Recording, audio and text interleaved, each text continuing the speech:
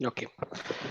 So, good morning, students. You know that minerals play an important role in the uh, growth of the plants, development of the plants, and each and every activity of the plant. The minerals play an important role along with water. So that is why the mineral nutrition is important. Some of the minerals are required in larger amount, so we call them as macro minerals, and some of them are required macronutrients, we call them as, and some of them are required at very low amount, so we call them as micronutrients. So nutrients, if there is a deficiency, just like if we have some deficiency, like vitamin deficiencies, there are different abnormalities, isn't it?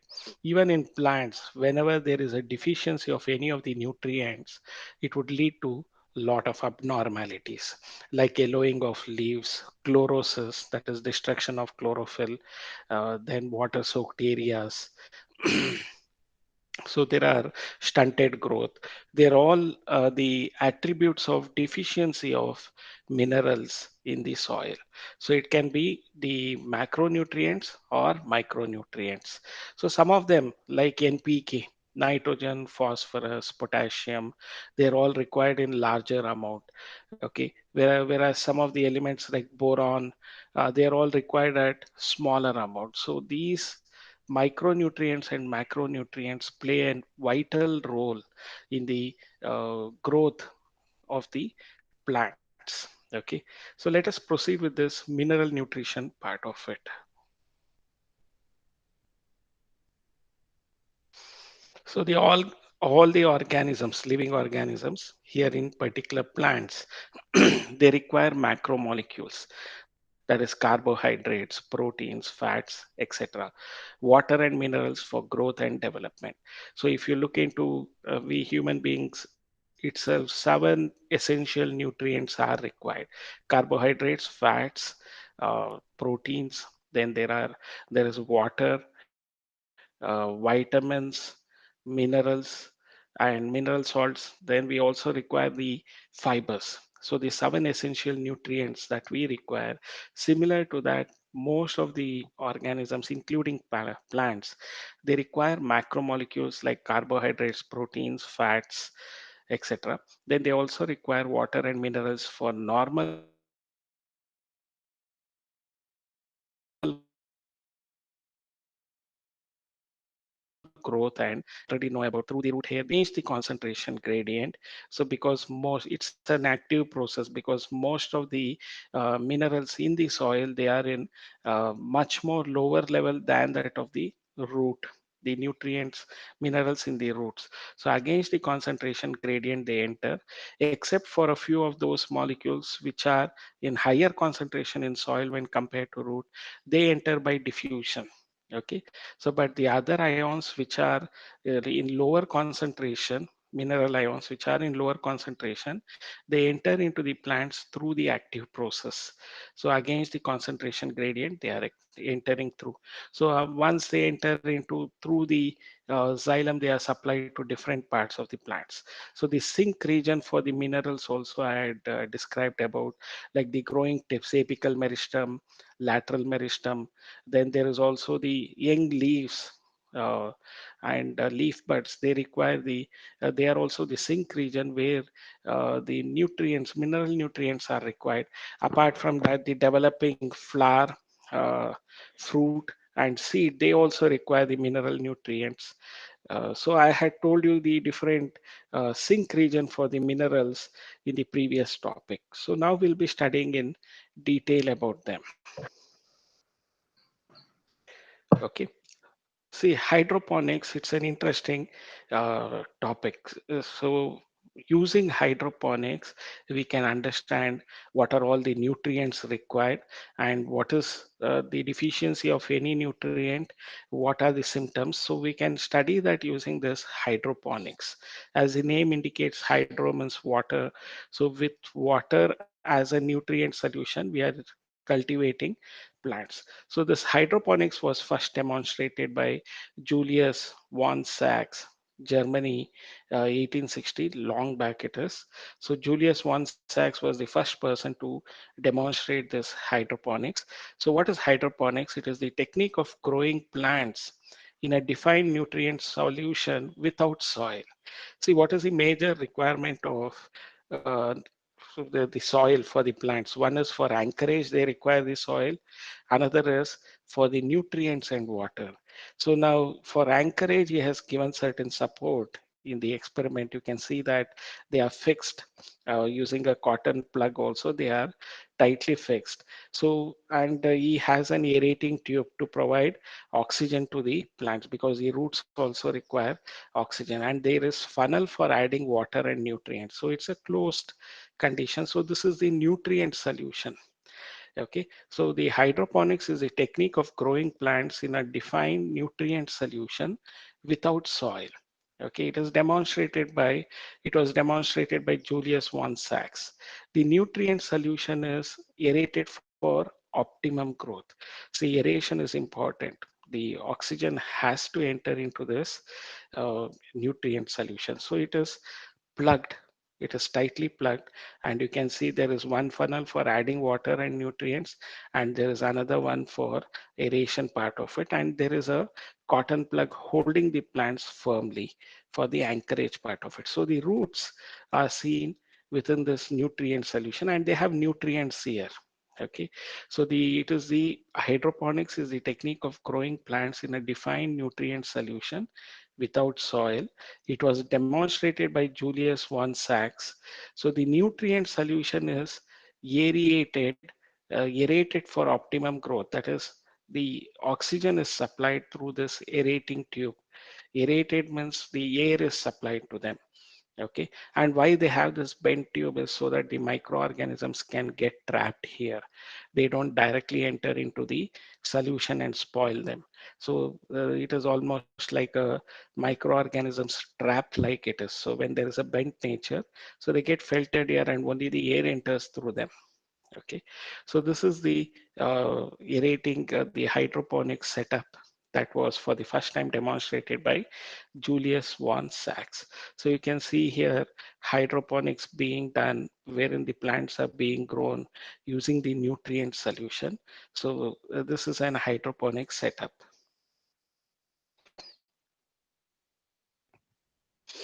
So this hydroponics, as I've already told you, it was used to identify essential elements required for plants and their deficiency symptoms. So the hydroponics was used to identify essential elements required for plants and their deficiency symptoms. Because we are adding the nutrients, we have a control over what nutrients we are adding. Okay, so using this we can also study like in a nutrient solution without certain micronutrients. If you grow them, you can see the symptoms of that lack of those nutrients in the plants. So using this hydroponics was used to identify the essential elements required for plants and their deficiency symptoms. If these essential elements are deficient, what are the symptoms in the plants? That was done by this hydroponics. Okay, so hydroponics, in this roots are immersed in nutrient solutions, and an element was added or removed or given in varied concentration. So you already nutrients. So the nutrients were either added or removed or given in varied concentration. So the plant roots which are immersed in nutrient solution, so to that an element was added or removed, like say potassium, it was added to the nutrient or it could be removed. Okay, or given in varied concentration. The potassium can be given at lower concentration or higher concentration by using this the funnel for adding the water and nutrients. So this is how the experiment was conducted. Hydroponics is used for commercial production of vegetables like tomato, seedless cucumber, lettuce, etc. So you can try this at home. So with any of the empty bottles, I think if the bottle has a larger lid, it would be better. So what you can do is you can have a water, make 3 holes in the lid of it. So one, you can have it for a funnel like structure where you are going to add the water. If it is preferably, if it is bent, it would be better. Reason is, so you don't want any microorganisms to grow them. Many of the time, the nutrient solution would also result in the growth of fungi or bacteria, or so you should be very careful. So this is an art. Hydroponics is an art. It is not easy to know it. So only by trial and experience you learn this art. Okay, using this nutrient solution, you are growing the plants. So you can try it at home using a bottle. So try to grow some simple plants like mint plants, or even the plants like uh, a groundnut plant or anything of that nature. So you can try to grow them using this hydroponics method. Okay, so the hydroponics is used for commercial production of vegetables like tomatoes, seedless cucumber, lettuce, etc. So when the soil availability is less, so we can always go for this hydroponics method. But as I told you, it is you have to maintain a very high sterile uh, medium, so that there are no growth of fungi or others which infect the plant also. Okay, so here you can see a setup of how the water is being continuously circulated, and this is the aerated and circulated with the nutrient solution. So this is using a pump, they are doing it. So this is a better setup because there is a continuous circulation of water as well as aeration of water. So you can see the cork, the rubber plugs, the cork plugs through which the plant is introduced, and the roots are in constant touch with the nutrients. So this is also an ideal uh, thing that is done at large scale, hydroponic plant production. Okay, so tomorrow when the soil is not available for anymore for the growth of plants, this hydroponics can be utilized for commercial production of vegetables like tomato, seedless cucumber, lettuce, etc. So the essential mineral nutrients. So this is a very good backdrop, isn't it, for a plant to grow in a soil.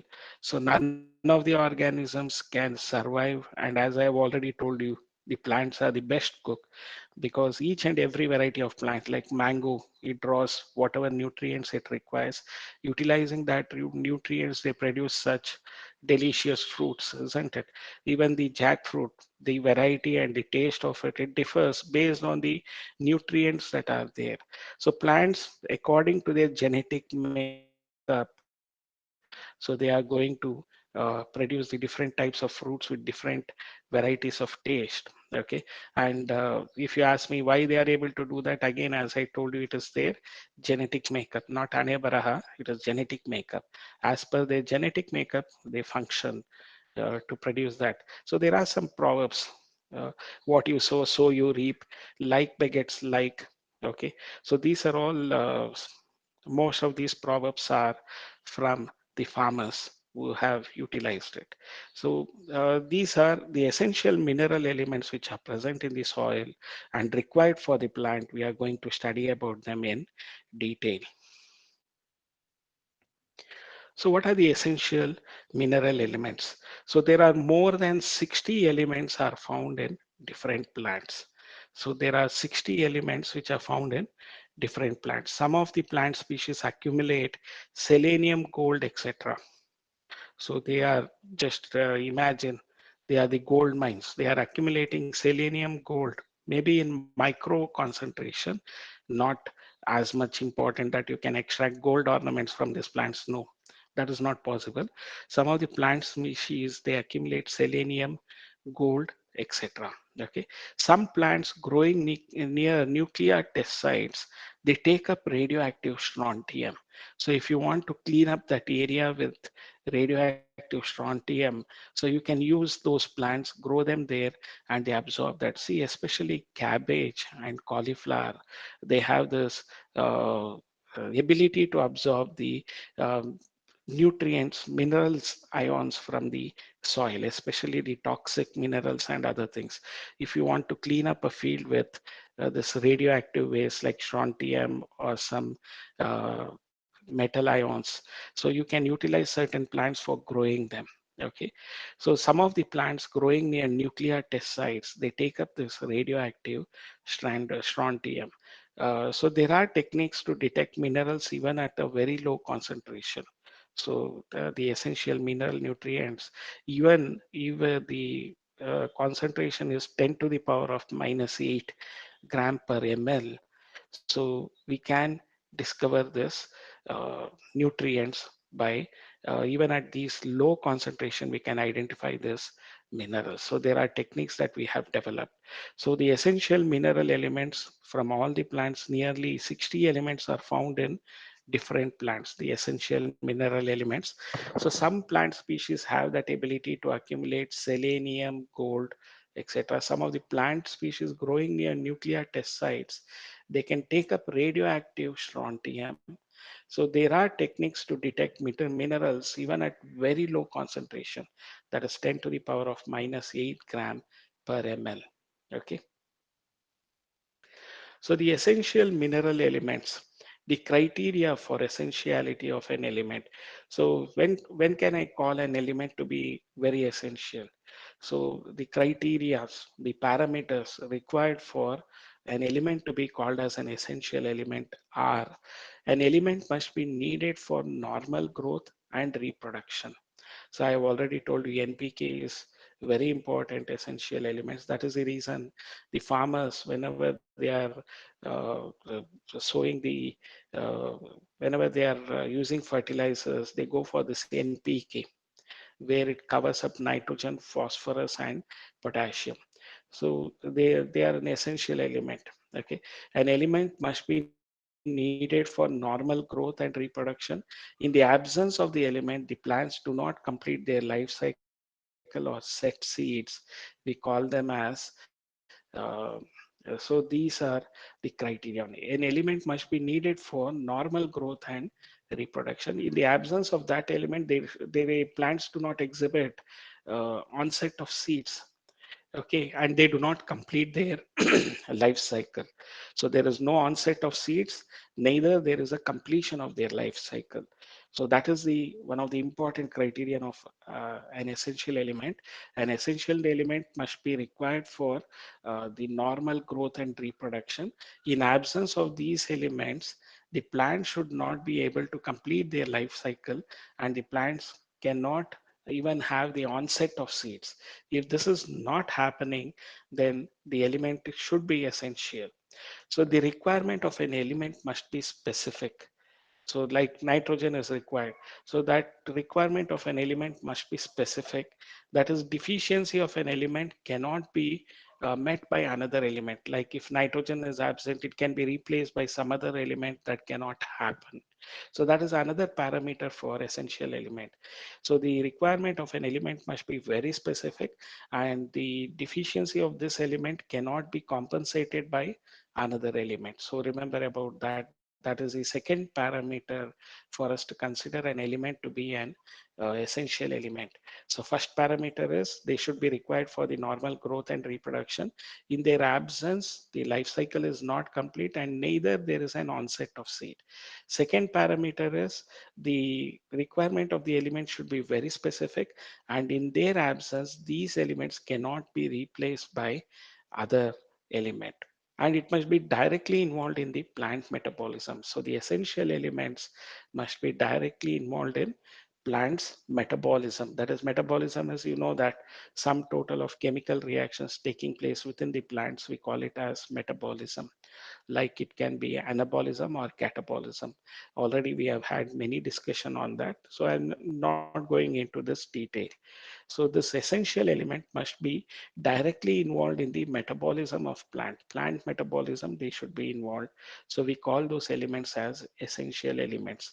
So essential elements must be directly involved in the plant metabolism. Only 17 elements are absolutely essential for plant growth and metabolism. So there are only a requirement of 17 elements which are required for the absolute growth of the plants. Okay, plant growth and metabolism. So now essential element, mineral elements based on their quantitative requirements. See, in chemistry, you always do this, isn't it? Quantitative analysis, qualitative analysis. Like acid base radicals, if you are doing it, it is qualitative analysis. Quantitative analysis, you are doing it through titration. Anyway, so the essential mineral elements. So based on their quantitative requirements, essential elements are of two types. So totally 17 essential elements are there for plant growth and metabolism.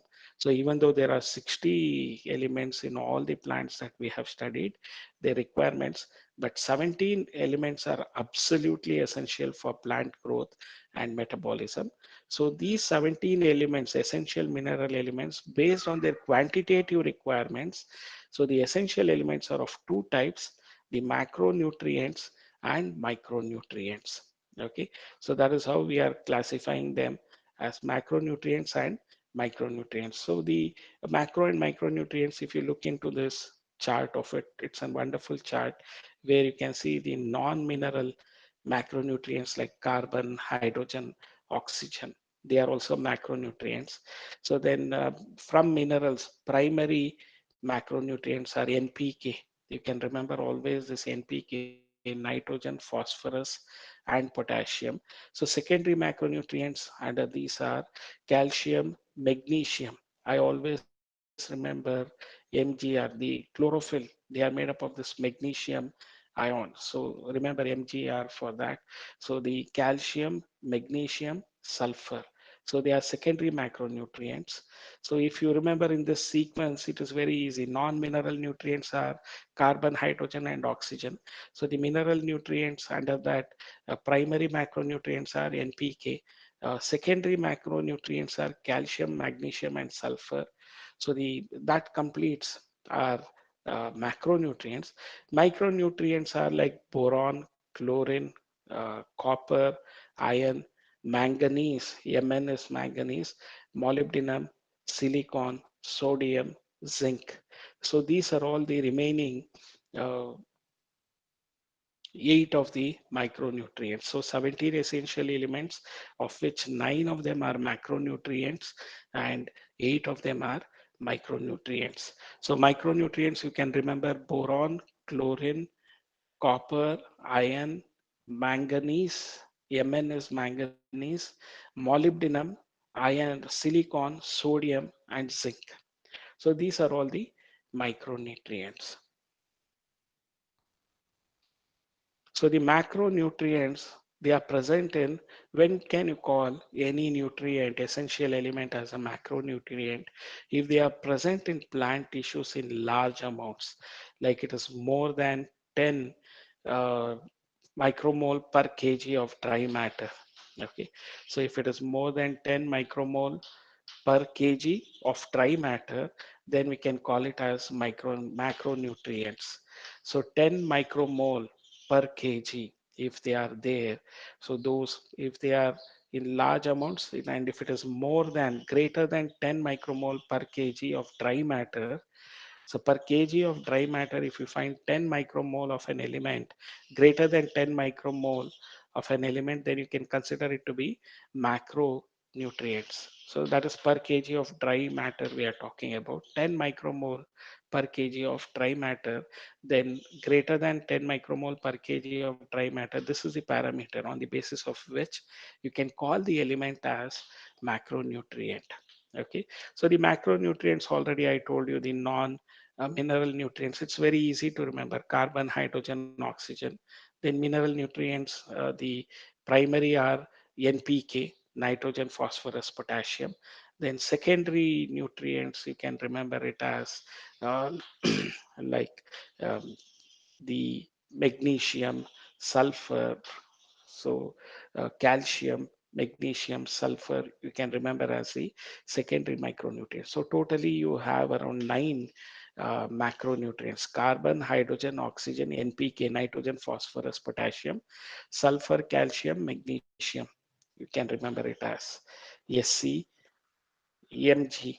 Okay, so carbon, hydrogen, and oxygen are mainly obtained from carbon dioxide and water. The others are absorbed from the soil as mineral nutrition. So the others, in the sense NPK, then calcium, magnesium, and sulfur, they are absorbed from the soil as mineral nutrition. Okay, so the carbon, hydrogen, and oxygen, they are mainly obtained from carbon dioxide and water. The others are absorbed from the soil as mineral nutrition.